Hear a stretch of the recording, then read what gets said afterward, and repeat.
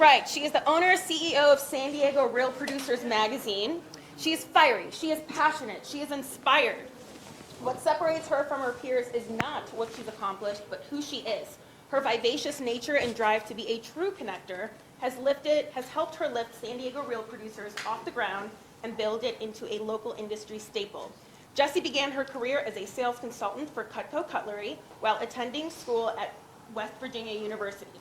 After graduating, she moved to Boston where she continued to grow her business. She was inducted into the Cutco Hall of Fame in 2014, and her personal sales exceeded $1.5 million. Sold a lot of knives. A lot of knives. A lot of knives. 6 years after landing in San Diego and launching San Diego Real Producers, Jessie has made a name for herself for connecting local businesses to the top real estate agents in the city. But it wasn't easy, and today she's going to tell you that story. Thank you. Cool. Thank you. How does this work, though? I think you just press it to the right. Wow. And then just move like a little over. Like what? Yeah, so people can see your Oh, okay.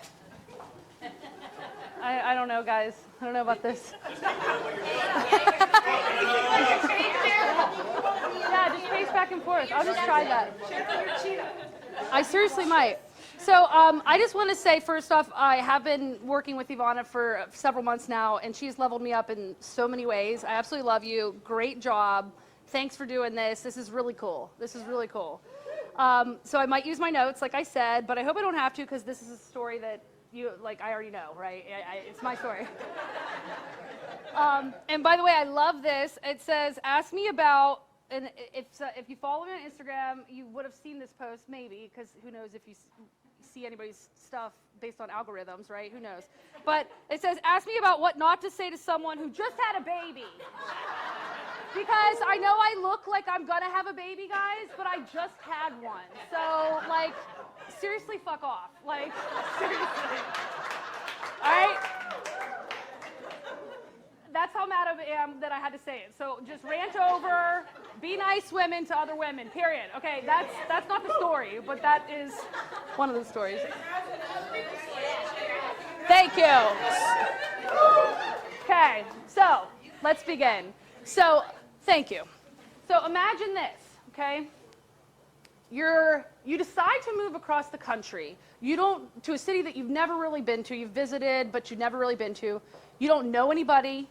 You don't have any friends. You left all your family behind. Like, you don't know a soul, okay? You're lonely, right? You're all by yourself. You don't really know anybody. Literally, I had no help. Like, I take it back. I knew 3 people when I moved to San Diego, one of which was in the real estate game that I wanted to get into, and he wouldn't help me. Wouldn't help me. So I had no introductions, no leads, no referrals, no connections, nada, okay? So that felt great, right? So if nobody will help you, do it alone. So I was like, I got to do this. I came here to start this business. I had a blueprint of what I wanted to do, but I had nobody's help. So I was like, I just got to pound the pavement. So I started cold calling. I started cold calling. I was talking to agents. I was meeting with people. I was doing everything I could to kind of get this business running. I was pitching something that wasn't even like a thing yet. So I literally had no idea what the hell I was doing for like a long time, like a really long time. In fact, yeah, it was a really long time, okay? This is what I felt like. I beat my head against the wall every day. Literally, it was like the worst experience of my life, right?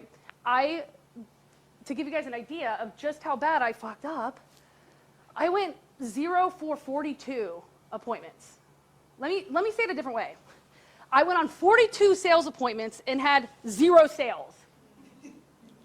Like, just think about that. Like, any normal person would have quit, right? Any normal person would have been like, okay, this isn't what I'm supposed to be doing with my life. Like, they would have, like, pivoted, right? Guys, I went 9 months without any income. Like, yeah. But I was grateful for my past self that worked my ass off that had a savings account. So I was, like, burning through my money. But, like, I was like, when is this shit going to get launched, right? So I'm at my wit's ends. It's getting pretty bad. So, yeah, it's getting pretty bad. So here's what happened. I'll tell you guys this little story.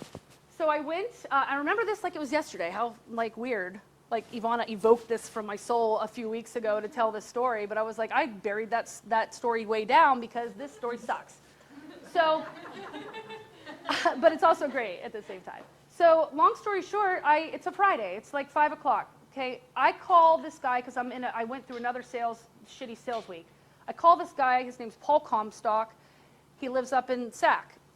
I know he's not down here, and I know he's not doing real producers, but I know he's in advertising sales. He could help me, right? He's obviously really good at what he does. So I call him. He doesn't answer, and he texts me, and it says, "Hey Jessie, I'm having dinner with my family. We're tied up the rest of the weekend. I'll call you Monday. Whatever you do, don't quit." And I remember reading it like, whatever you do, don't quit. Like, and then I thought, well, I never said I was going to quit. And then I really started to think, like, oh, that's weird. Why won't you quit? Like, oh, that's really weird. Like, why don't you quit? Like, any normal fucking person would have quit by now. Why have you not quit this yet?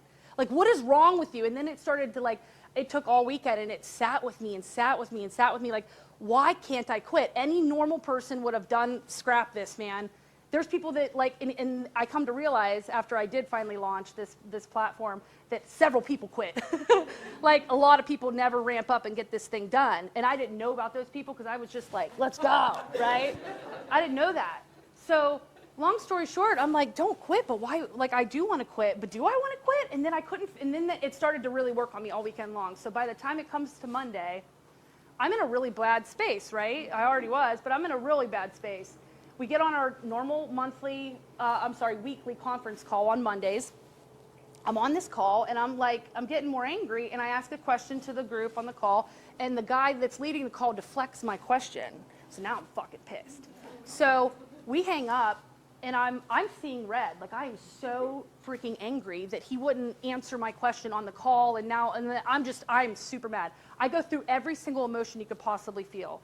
I was angry, I was pissed, I was sad, I was mad, I was hitting my pillows, I was sobbing. I cried for like 3 or 4 hours straight, and it was all around like, why can't you let this go? Like, why can't you quit?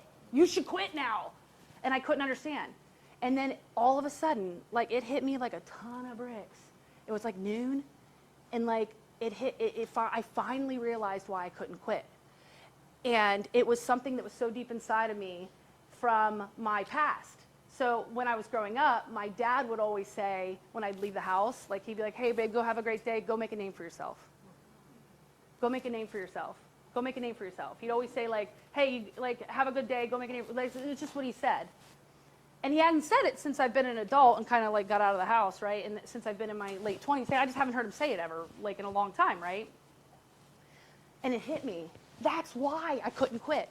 That's why I couldn't give this up yet, because I hadn't yet made a name for myself. And I was like, oh my God, that's crazy. And literally, that's what I like learned in that moment. Like, I needed to make a name for myself, or I can't quit this.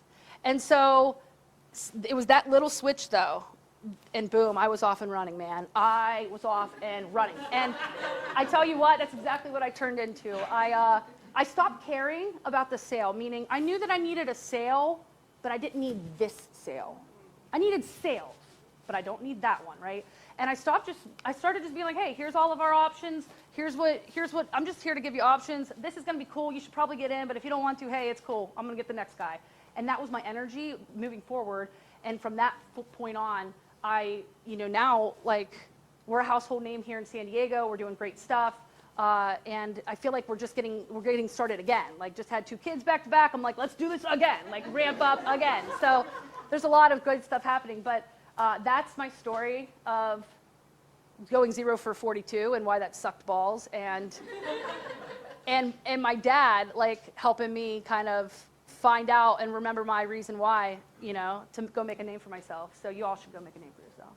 The end.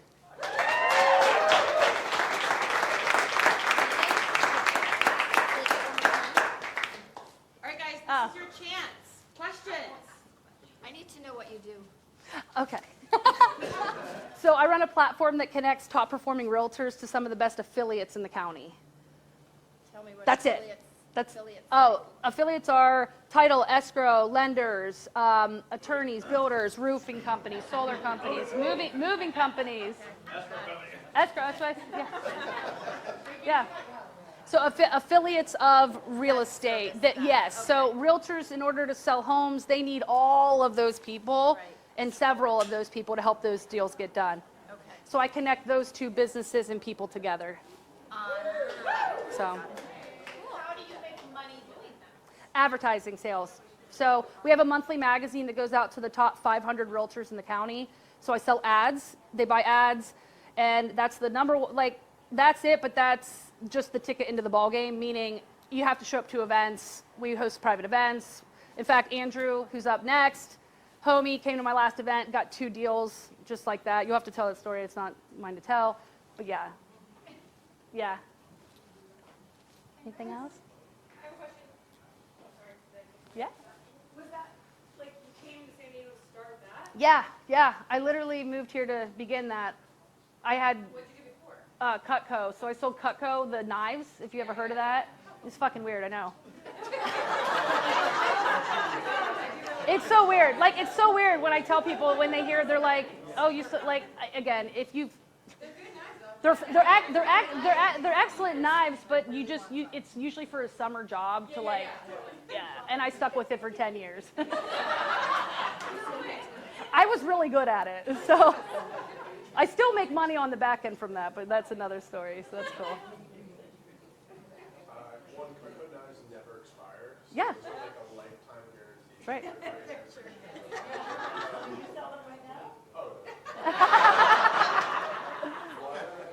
What made you move to San Diego to start that? Oh, that's the question that goes back to what Andrew said. We were talking earlier. So I moved to San Diego because I fell in love. I've moved every time I've moved 3 times in my life, all away from my family. Right? I grew up in West Virginia, but I moved to college in West Virginia, which is still like a world away when you're 18 and you've only known one place. So I moved for a dude. We dated for a few years, broke up with him. Right? Then I stay around my college town working, selling knives. Right? Meet this other guy selling knives. Okay. Yeah, this guy's actually still in touch. We're still in touch. He's a good human. So I go ahead, and that's exactly what happened. I moved to Boston because we now date for another 4 years. So we dated for 4 years, but again, moved to Boston. We live parted ways. Good guy. Then I moved to San Diego for a guy that I fell in love with. Okay, but that didn't last very long. That lasted like a month. I was like, bye. But honestly, I'm really grateful. Andrew was like, oh, is that your biggest fuck up? And I was like, no, that was like a blessing because it got me here. So, and yeah, so if you're ever like, hey, I really need to like figure out my next step, like your biggest challenge, go move. Like that's like the hardest thing to do, and you'll make a whole new network of friends and you'll grow exponentially. It's great. It also sucks, but it's great. Yeah. Jessie. Oh, sorry. Go ahead. How did you start clothing? Oh, yeah. Again, I think I finally had that shift that I just remembered that I'm a badass, like straight up. Like you have a good product. Not everyone's, it's like what is that? It's like the third. Some will, some won't, so what, move on. Like you've got to have that mentality and just share your goods, pitch what you got going on. And not everyone's going to buy it. And that's what I even say when I'm on an appointment. I'm like, hey, what we do is not a fit for everybody. I already know that. So I'm going to share with you what we do. If it sounds like it makes sense, let's continue down the road. If not, dude, it's totally cool. And that's the kind of people I want anyway. Because if you're that's the vibe I want. You know, I'm not high pressure. I'm not salesy. Just if you want in, get in. If you don't, like, dude, high five. I hope you do well. Like I really mean that. Yeah.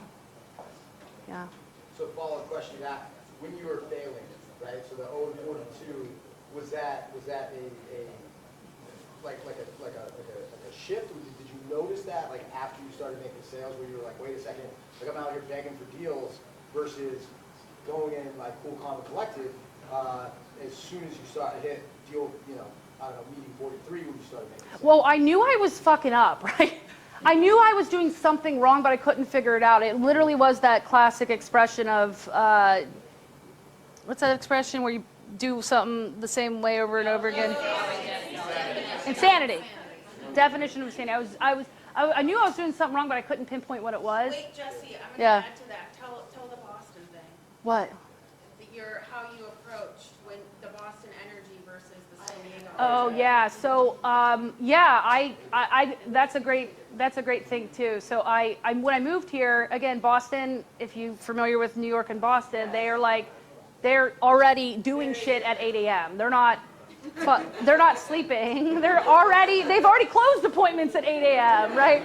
But here I was like, go, go, go, and everyone was like, yo, I just came from surfing, man. Like, you know, like, can you take me out for a little bit before you just go in for the close? You know, it's just a very different mentality, and it took me a while to figure that out. So it was a combination of that. It was the like me trying to work really hard and go hard, and then also the energy vibe was not right. And so as soon as I hit and got into that, that's when it, again, but it took all that time to finally figure out, like, stop doing that, you know? You gotta meet people where they're at. And once I did, again, and then use that same, like, hey, either you're in or you're out kind of thing. Yeah. Hey, Jessie, when you came here, how many magazines were already active and going prior to? Yeah, I was the 22nd market to launch. So yeah, it was fairly new. In fact, the second year, and they still ask me, like, now I'm top 10 in our company, which is cool, but like, they'll ask, hey, you're doing some cool stuff. Can you share on a conference call what you're doing for marketing, what you're doing for this, what you're doing for that? So I'm like, yeah, you're watching me. That's cool. So yeah, but we were fairly new. Thank you, Jessie. Thank you.